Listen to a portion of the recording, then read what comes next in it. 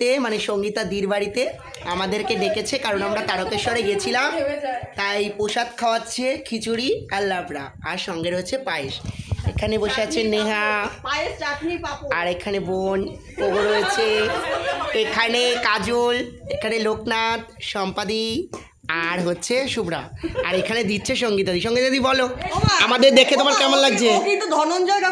আচ্ছা ঠিক আছে, বুঝতে তুমি কেমন লাগছে আমরা এসে? একদম হেভি হেভি। আচ্ছা মানে এটা ভাষায় প্রকাশ এবার তুমি একদিন যাবে। হ্যাঁ হ্যাঁ খিচুড়ি নিয়ে আসো। সামনের বছর তারকেশ্বর যাবে তো? দি আর হেঁটে না গাড়িতে? হেঁটে হেঁটে।